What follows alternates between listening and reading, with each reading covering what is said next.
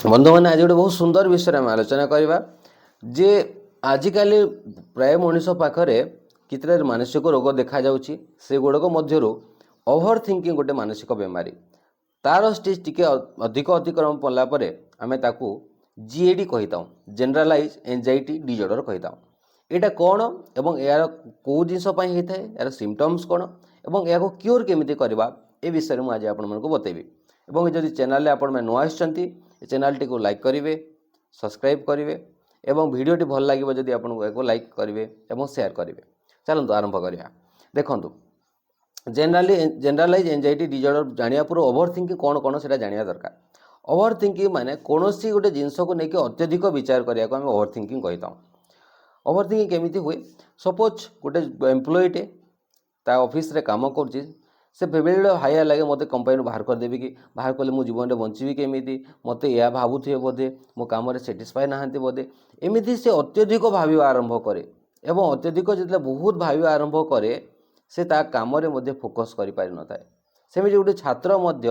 जहाँ पाठ पढ़ी से एग्जाम फेल हो बोधे एग्जाम बहुत हार्ड क्वेश्चन आसो बोधे मत मो टीचर साटिस्फाई नहांती बोधे लास्ट को एमती हो मो लाइफ सहित एमती घटना हो जाए गोटे सिंपल साधारण जिनस को से अत्यधिक परिमाण में भाविबा आरंभ करे।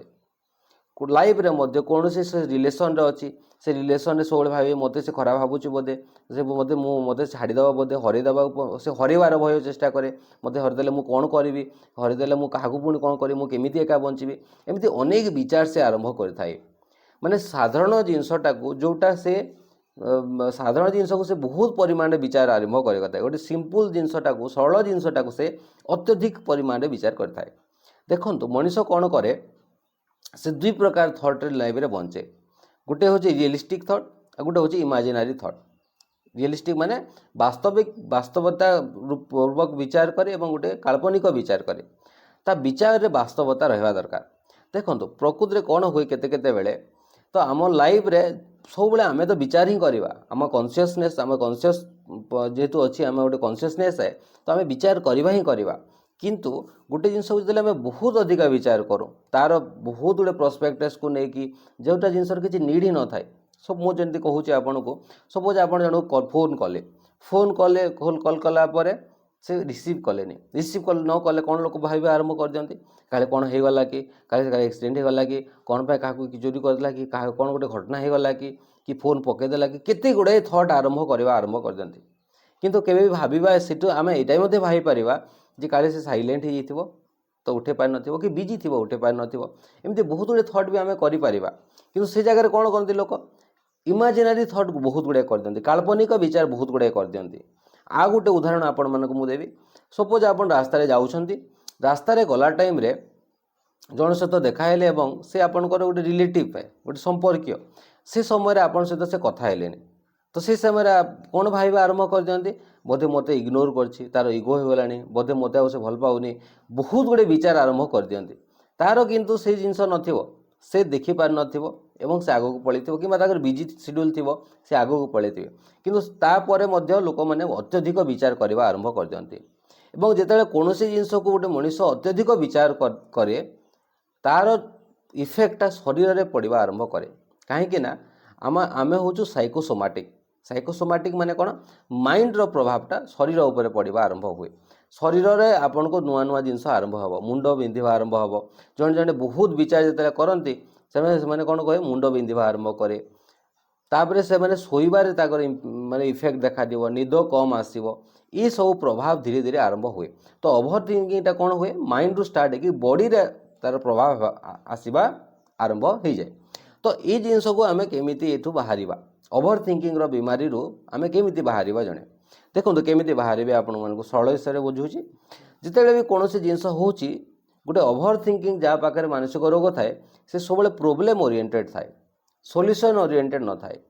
प्रोब्लेम ओरिएंटेड माने जो कारण से प्रोब्लेम ही थाए सेटा को से अत्यधिक भाव आरंभ करे कौन पाई एमती है एमती कौन पाई करार थिला एमती से कथा कहया कथा कि एटा हो गले कौनटा हो एटा न हेबार थिला एटा न होइतिले बोधे एटा हेइ न थांता एमती अनेक विचार से प्रोब्लेम उपरे से घांटी हुए। कौन सी समस्या को जदि आप अत्यधिक विचार करेंगे से समस्याटा कमेबनी समस्या बढ़ आमे कोनोसी जिनस पर जितले गोटे टॉपिक रे गोटे विचार को अत्यधिक भाविबा आरंभ करूँ सेटा कमी न थाए, सेटा बढ़िबारे लागे, सेटा नेगेटिव हो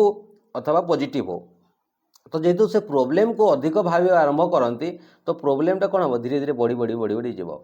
तो से जगह कौन हवा कथा सॉल्यूशन ओरिएंटेड हवा कथा, समाधान कौन देखा दरकार। कौन सी भी समस्या तो समाधान बहुत गुड़े थाए, हजार हजार समाधान थाए, तो तार गोटे अल्टरनेट सॉल्यूशन कौन ताको खोजिबा दरकार, यार समाधान केमिति हो पारिबा हमें खोजिबा दरकार, ना कि तार प्रोब्लेम को जाके घांटी हवा दरकार। तो जे जहाँकर ये जो ओवर थिंकिंग रो बीमारी थाए तांकर धीरे धीरे कौन हुए अत्यधिक भाविया द्वारा शरीर उपर प्रभाव आरंभ होता है। तो यू बचापी हेले आपण मानक गोटे प्रोब्लेम ओरिएंटेड न कि सॉल्यूशन ओरिएंटेड हवा पड़ो। कौन पाई हैला, कौन पाई एटा हितले हेई न थांता, एटा कौन पाई हैला, ठीक अछि, you can take a lesson from them, गोटे लेसन जड़े नहीं पारिबो, बट ताको सॉल्यूशन ओरिएंटेड हवा दरकार।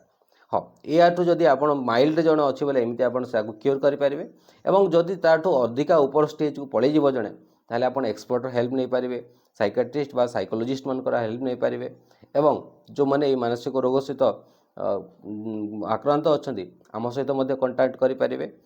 ठीक अच्छे, ठीक अच्छे, आज एति पुणी देखा आ गोटे वीडियो रे किछि नुआ टॉपिक सहित।